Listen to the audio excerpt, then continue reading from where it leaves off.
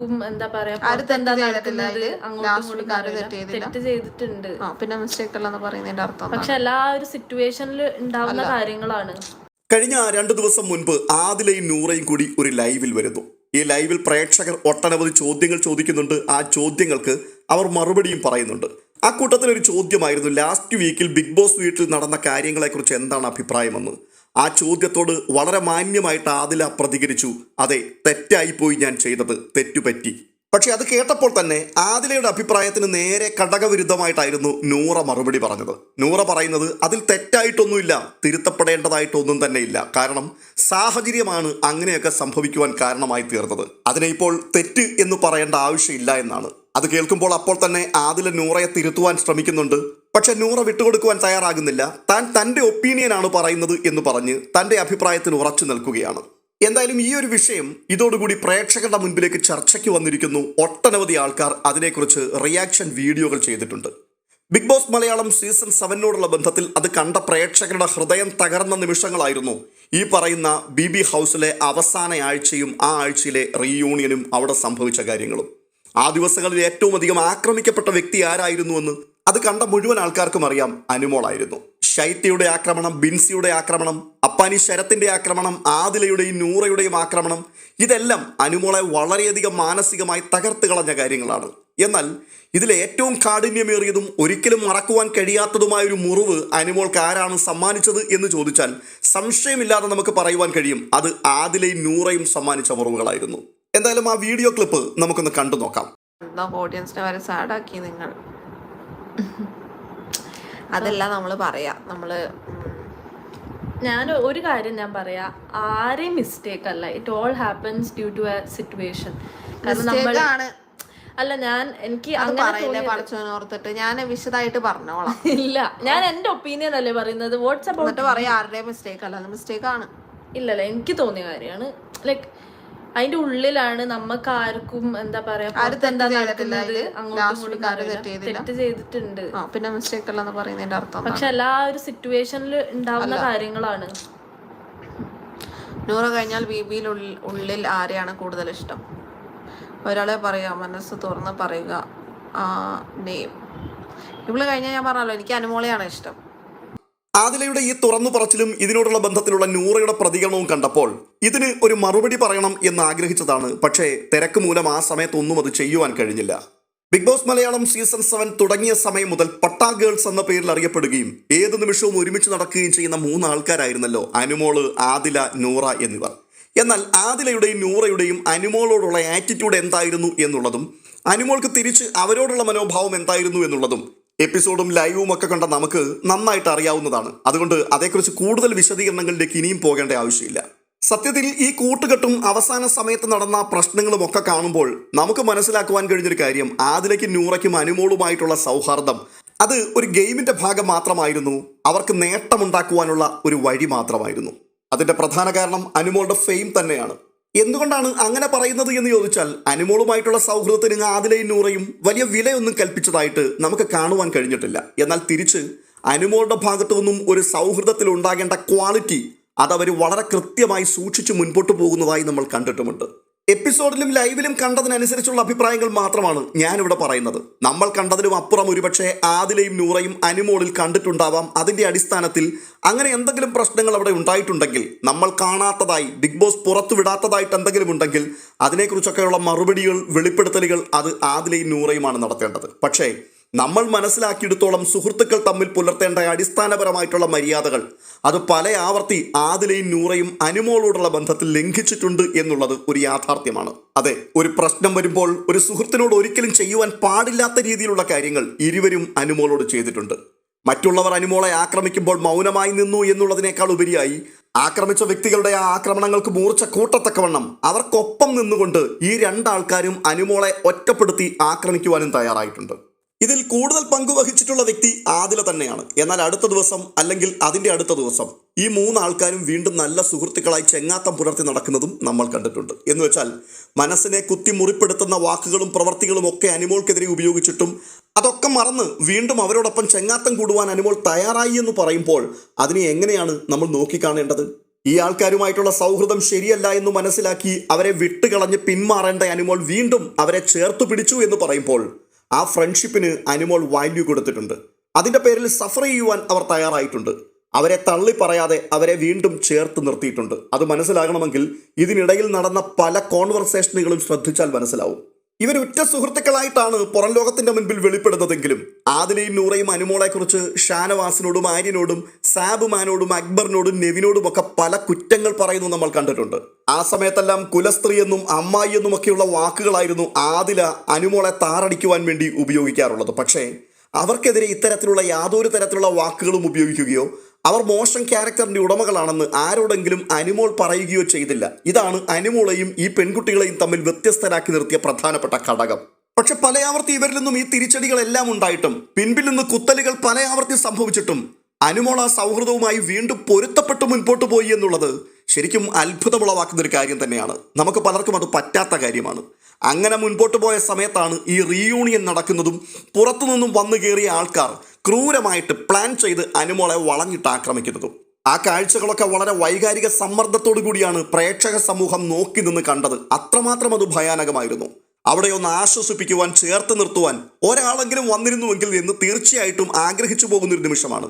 അവിടെയാണ് ഒരു സുഹൃത്തിന്റെ ആവശ്യകത അല്ലെങ്കിൽ ഒരു സൗഹൃദത്തിന്റെ വാല്യൂ വെളിപ്പെടേണ്ടത്. എന്നാൽ അവിടെ എല്ലാവരെയും അമ്പരപ്പിച്ചുകൊണ്ട് ആദില അനുമോളെ മറ്റുള്ളവർ ആക്രമിച്ചതിനേക്കാൾ രൂക്ഷമായിട്ട് ആക്രമിച്ചു. കള്ളി, നുണച്ചി പാറു എന്നൊക്കെ വിളിച്ചുകൊണ്ടാണ് ആദില അനുമോൾക്കെതിരെ ആക്രമണം അഴിച്ചുവിട്ടത്. തുടർന്ന് നടന്ന മോർണിംഗ് ആക്ടിവിറ്റിയിൽ അനുമോൾ എന്നെ പഠിപ്പിച്ചത് ഇന്ന കാര്യങ്ങളായിരുന്നു എന്ന് പറഞ്ഞുകൊണ്ട് എല്ലാവരുടെയും മുൻപിലിരുത്തിക്കൊണ്ട് അനുമോളുടെ ഹൃദയത്തെ കീറി മുറിച്ച് ഇനി ജീവിച്ചിരുന്നിട്ട് കാര്യമില്ല എന്ന് തോന്നുന്ന രീതിയിൽ ആ സമയത്ത് ഭൂമി അങ്ങ് പിളർന്നു പോയിരുന്നെങ്കിൽ ആ പിളർപ്പിൽ വീണ് ഇല്ലാതെയാകാമായിരുന്നു എന്നുപോലും ആഗ്രഹിക്കുന്ന സമയമാണ്. സത്യത്തിൽ മരണവേദന എന്നൊക്കെ പറയുന്നത് നമുക്ക് ഊഹിക്കുവാൻ കഴിയും. അത് അനുമോൾ തരണം ചെയ്ത നിമിഷമായിരുന്നു ഈ മോർണിംഗ് ആക്ടിവിറ്റിയുടെ സമയം. ശരിക്കും ഒരു കണ്ണാടി കഷ്ണം തകർന്നുടഞ്ഞ് ചിതറിക്കിടക്കുന്നത് പോലൊരവസ്ഥ എന്ന് വേണമെങ്കിൽ വിശേഷിപ്പിക്കാം. ആ സമയത്ത് ലക്ഷ്മിയാണ് അവർക്കൊരു മോറൽ സപ്പോർട്ട് കൊടുത്തത്. ആ ഒരു മോട്ടിവേഷൻ, ആ ഒരു പോസിറ്റീവ് എനർജി അതൊന്നും ഒരിക്കലും മറക്കുവാൻ കഴിയുന്നതല്ല. ചേർത്ത് നിർത്തുമെന്ന് കരുതിയവർ പിൻപിൽ നിന്ന് കുത്തിയപ്പോൾ അത് കണ്ടുനിന്ന എല്ലാ മനുഷ്യരുടെയും നെഞ്ച് തകർന്നു പോയ നിമിഷം അവിടെ ലക്ഷ്മി ഒരു ദൈവദൂതനെ പോലെയാണ് അനുമോളുടെ മുൻപിൽ അവതരിക്കുന്നത്. ഇതൊന്നും പ്രേക്ഷകർക്ക് ഒരിക്കലും മറക്കുവാൻ കഴിയുന്ന കാര്യങ്ങളല്ല. ഇപ്പോഴിതാ ആദില തുറന്നു പറഞ്ഞിരിക്കുന്നു അതെല്ലാം തെറ്റായിപ്പോയി എന്ന്. ഇവിടെ ചിന്തിക്കേണ്ട ഒരു കാര്യം, നിസ്സാരമായി ഒരൊറ്റ വാക്കിൽ എനിക്ക് തെറ്റുപറ്റി എന്ന് പറഞ്ഞു വിടേണ്ട ഒരു വിഷയമല്ലത്. കാരണം ആ തെറ്റിന്റെ ഗൗരവം അത് അത്ര വലുതായിരുന്നു. ഒരിക്കലും ഒരു സുഹൃത്ത് തൻ്റെ മറ്റൊരു സുഹൃത്തിനോട് ചെയ്യാൻ പാടില്ലാത്തതാണ് ആദില ഇവിടെ ചെയ്തത്. എന്നാൽ എനിക്ക് തെറ്റുപറ്റി എന്ന് ആദില ഒറ്റ വാക്കിൽ തുറന്നു പറയുമ്പോഴും നൂറ അതിനെ അംഗീകരിക്കുവാൻ തയ്യാറല്ല. നൂറ പറയുന്നത് അത് സാഹചര്യത്തിന്റെ സമ്മർദ്ദത്തിൽ സംഭവിച്ചതാണ്, അതിന് ആരെയും കുറ്റപ്പെടുത്തിയിട്ട് കാര്യമില്ല. നൂറയുടെ ഈ അഭിപ്രായ പ്രകടനത്തിൽ തെറ്റൊന്നും പറയുവാനില്ല. കാരണം ഇതൊരു ജനാധിപത്യ രാഷ്ട്രമാണ്. ഇവിടെ എല്ലാ ആൾക്കാർക്കും സ്വാതന്ത്ര്യമുണ്ട് അവരവരുടെ അഭിപ്രായങ്ങൾ പങ്കുവെക്കുവാൻ. അതുകൊണ്ട് താൻ തൻ്റെ അഭിപ്രായം പറഞ്ഞു. എന്നാൽ ഇതൊരു പബ്ലിക് പ്ലാറ്റ്ഫോമിൽ വെച്ച് നടക്കുന്നതായതുകൊണ്ട് ഇതിലെ ശരി തെറ്റുകൾ ചൂണ്ടിക്കാണിക്കുവാനും പൊരുത്തക്കേടുകളെക്കുറിച്ച് പറയുവാനും സ്വാഭാവികമായിട്ടും നമുക്കും അധികാരമുണ്ട്. അതുകൊണ്ട് തന്നെ വളച്ചുകെട്ടില്ലാതെ കാര്യങ്ങളിലേക്ക് കടക്കുകയാണ്. ഇവിടുത്തെ പ്രധാനപ്പെട്ട ഒരു ചോദ്യം ആദിലയാണോ വിഷം അതോ നൂറയാണോ എന്നുള്ളതാണ്. സംശയലേശമന്യേ ആ ചോദ്യത്തിന് നമുക്ക് ഒറ്റ വാക്കിൽ മറുപടി പറയുവാൻ കഴിയും. നമ്മൾ ചിന്തിച്ചതിനപ്പുറത്ത് വിഷം നിറഞ്ഞ മനസ്സിന്റെ ഉടമയാണ് നൂറ. ആദില പെട്ടെന്ന് വരുന്ന ദേഷ്യത്തിന് വായിൽ വരുന്നത് വിളിച്ചു പറയുകയും കുറച്ച് കഴിയുമ്പോൾ തനിക്കതിൽ റിഗ്രറ്റ് ഉണ്ടാവുകയും അത് മനസ്സിൽ വെച്ചുകൊണ്ട് നടക്കാതെ അത് പരിഹരിക്കുവാൻ ഓടിച്ചെല്ലുകയും ചെയ്തൊരു വ്യക്തിയാണ്. പക്ഷെ നൂറ അങ്ങനെയല്ല, വളരെ തന്ത്രശാലിയാണ്. പെട്ടെന്നൊന്നും അങ്ങനെ തൻ്റെ വികാരങ്ങൾ പുറത്ത് പ്രകടിപ്പിക്കില്ല. പക അത് മനസ്സിൽ വെച്ചു പുലർത്തുന്ന വ്യക്തിയാണ്. പക വീട്ടാനുള്ളതാണ് എന്നൊക്കെ നമ്മൾ പറയില്ലേ, അവസരം കിട്ടിയാൽ അത് കൃത്യമായിട്ട് വീട്ടുകയും ചെയ്യും. അതിൻ്റെ പ്രത്യക്ഷ ഉദാഹരണമാണ് ആദില തനിക്ക് തെറ്റുപറ്റി എന്ന് തുറന്നു പറയുമ്പോഴും അതിനെ തെറ്റായി കാണേണ്ട ആവശ്യമില്ല, സാഹചര്യത്തോടുള്ള ബന്ധത്തിൽ സംഭവിച്ചതാണ്, ഇതിന് ഇങ്ങനെയുള്ള ഏറ്റുപറച്ചിലിൻ്റെ ഒന്നും ആവശ്യമില്ല എന്ന് പറഞ്ഞുകൊണ്ട് ആദിലയെ തടയുവാൻ ശ്രമിക്കുന്നത്. ഇവിടെ അനുമോളുടെ മനസ്സിന്റെ വേദനയെയും അവരുടെ മനസ്സിനേറ്റ മുറിവുകളെയും നൂറ നിസ്സാരവൽക്കരിക്കുകയാണ്. അതൊന്നും സാരമില്ല എന്ന് പറഞ്ഞുകൊണ്ട് നൂറ തള്ളിക്കളയുവാൻ ശ്രമിക്കുകയാണ്. ശരിക്കും സാരമില്ല എന്ന് പറയേണ്ടത് നൂറയല്ല, മുറിവേറ്റ അനുമോളാണ്. അനുമോളാണ് പറയേണ്ടത് ഞാനതൊന്നും മനസ്സിൽ വെച്ചുകൊണ്ട് നടക്കുന്നില്ല, ഞാനതൊക്കെ അപ്പോഴേ വിട്ടുകളഞ്ഞുവെന്ന്. എന്നാൽ തെറ്റ് ചെയ്ത ആളെ ന്യായീകരിക്കുന്നതിലൂടെ അനുമോൾക്ക് വേദനിക്കുവാൻ പോലുമുള്ള അവകാശമില്ല എന്ന് പരോക്ഷമായി പറയുകയാണ് ഇവിടെ നൂറ ചെയ്യുന്നത്. ബിഗ് ബോസ് പോലെയുള്ള ഒരു റിയാലിറ്റി ഷോയുടെ പശ്ചാത്തലം കൂടി നാം മനസ്സിലാക്കി ഇതിനെ വിലയിരുത്തുകയാണെന്നുണ്ടെങ്കിൽ കുറച്ചുകൂടി കാര്യങ്ങൾ നമുക്ക് ബോധ്യപ്പെടും. സൗഹൃദം, പ്രണയം, ചതി, വൈകാരിക സമ്മർദ്ദം എന്നിവയെല്ലാം കൂടിക്കുഴഞ്ഞ ഒരു സങ്കീർണ മേഖലയാണ് ഈ ബിഗ് ബോസ് വീട് എന്നുള്ളത്. അതിനെക്കുറിച്ച് പറയുമ്പോൾ കേവലം ആരൊക്കെ എന്തൊക്കെ പറഞ്ഞു എന്നതിലുപരി മനുഷ്യൻ്റെ സൈക്കോളജി, ഇമോഷണൽ ഇൻ്റലിജൻസ്, ബന്ധങ്ങളുടെ ടോക്സിസിറ്റി, ഈ വിഷയങ്ങളൊക്കെ നമ്മൾ പരാമർശിക്കേണ്ടതായിട്ട് വരും.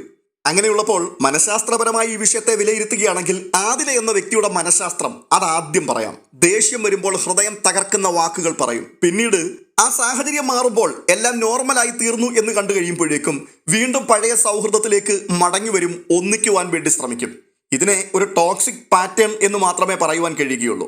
ഇത് സ്നേഹത്തിൻ്റെ ലക്ഷണമല്ല, മറിച്ച് വികാരങ്ങളെ നിയന്ത്രിക്കുവാൻ കഴിയാത്തൊരു വ്യക്തിയുടെ പ്രശ്നമാണ്.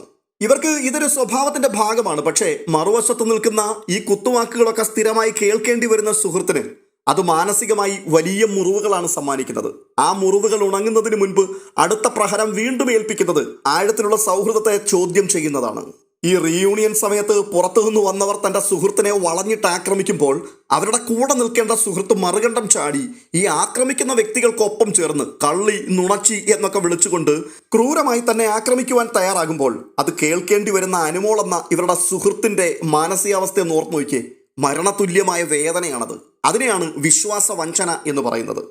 പുറത്തുനിന്ന് വന്ന വ്യക്തികൾ പറയുന്നതിനേക്കാൾ തൻ്റെ ഉറ്റ സുഹൃത്ത് ഈ ആക്രമണത്തിന് ചുക്കാൻ പിടിക്കുകയും അത് ശരിവെക്കുകയും ചെയ്യുമ്പോൾ അവരുടെ ആരോപണങ്ങൾക്ക് ശക്തി കൂടുകയാണ്. എൻ്റെ ബെസ്റ്റ് ഫ്രണ്ട് പോലും എന്നെ ചതിച്ചല്ലോ എന്നുള്ള ആ തോന്നലുണ്ടല്ലോ, അതാണ് ആ പെൺകുട്ടിയുടെ ഹൃദയത്തെ ഏറ്റവും അധികം തകർത്ത് കളയുന്നത്. അങ്ങനെയാണെങ്കിൽ അത് ആദിലയുടെ വെറും ഒരു ദേഷ്യ പ്രകടനമായിട്ടല്ല നമ്മൾ കണക്കാക്കേണ്ടത്, ക്യാരക്ടർ അസാസിനേഷൻ എന്ന് വേണമെങ്കിൽ പറയാം.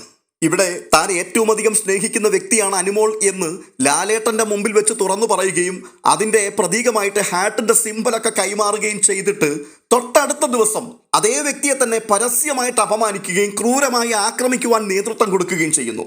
എന്നിട്ടിപ്പോൾ എനിക്ക് തെറ്റുപറ്റിപ്പോയി എന്ന് പറയുന്ന ആ ഒരു വാക്ക്, അതിന് എന്തെങ്കിലും പ്രസക്തി ഉണ്ടോ എന്നുള്ളത് പ്രധാനപ്പെട്ട ഒരു ചോദ്യമാണ്. തീർന്നില്ല, അതിനുശേഷം വീണ്ടും 1-2 ദിവസത്തോളം ആ വീട്ടിൽ തന്നെ ഈ ആൾക്കാർ ഒരുമിച്ച് ജീവിക്കുകയാണ്. അന്നേരം ഒന്നും അത് തെറ്റാണ് എന്ന് ചിന്തിക്കാതിരുന്ന വ്യക്തി പുറത്തു വന്നതിന് ശേഷം ഇത്രയും നാളുകൾ പിന്നിടുകയും ചെയ്തു. ഇപ്പോൾ വന്നിരുന്ന് എനിക്ക് തെറ്റുപറ്റി എന്ന് പറയുന്നതിൻ്റെ കാരണം എന്താണ്? പബ്ലിക് ഇമേജിനെ ഭയന്നിട്ടാണോ, അതോ സത്യസന്ധമായ പശ്ചാത്താപമാണോ? അത് ചിന്തിക്കേണ്ട കാര്യമാണ്. ഒരു പ്രശ്നമുണ്ടായി, ആ പ്രശ്നം അല്പം കഴിഞ്ഞപ്പോൾ കെട്ടടങ്ങി, ആ സാഹചര്യവും മാറി, ആ സമയത്തുണ്ടായിരുന്ന കോപവും ഒക്കെ പതിയെ കെട്ടടങ്ങി. ആ സമയത്തെങ്കിലും ഈ വിഷയത്തിൽ ഒരു ക്ലാരിറ്റി വരുത്താമായിരുന്നു. പുറത്തു പോകുന്ന സമയത്തെങ്കിലും ഒരു വാക്ക് പറഞ്ഞിട്ട് തനിക്ക് പോകാമായിരുന്നു. അതൊന്നും ചെയ്യാതെ പുറത്തിറങ്ങി വന്ന് കാര്യങ്ങളെല്ലാം കണ്ട് പബ്ലിക് ഒപ്പീനിയൻ എന്താണെന്ന് മനസ്സിലാക്കുകയും ചെയ്തു. എന്നിട്ടിപ്പോൾ പറയുകയാണ് ഞാൻ ചെയ്തത് തെറ്റായിപ്പോയി എന്ന്.